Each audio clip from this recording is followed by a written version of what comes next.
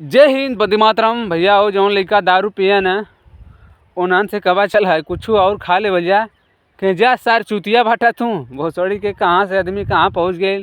तू अलगे युग में जियत हुआ। अरे दारू दारू देख देख देख मुस्कियाए लगेगा बाक सारे दारू पीबे। अरे दारू पिया सारे तोर सांझे ले भूसा ढो दे।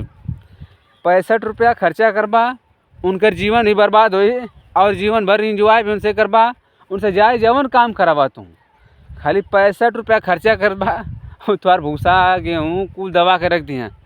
कौनो भी काम करवाला उनसे 65 रुपया खाली खर्चा करा। ये गलत चीज़ है। 65 रुपया खर्चा करके तुम्हार फेफड़ा जर गल, तुम्हार किडनी जर गई, तुम्हार लीवर जर गल।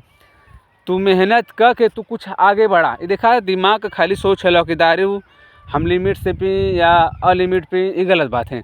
मांस हम चाहे थोड़ी से खाएं या रस खाएं ओकर खाएं। बहुत लोग कहना कि देखा हम मांस खैला बाबूया बाकी हम ओकर बोटी ना खैला, हमसे रस से मतलब है। तो हम कहते मसाला खाली डाल के बना के पियल करा ना, रस ले ला। बोटी से तो दिक्कत है तो बोटी काहे खात हुआ। यानी बोटी से तो ओकर मलाई जात हो रह जात हो तू खाली स्वाद बदे खाला यार।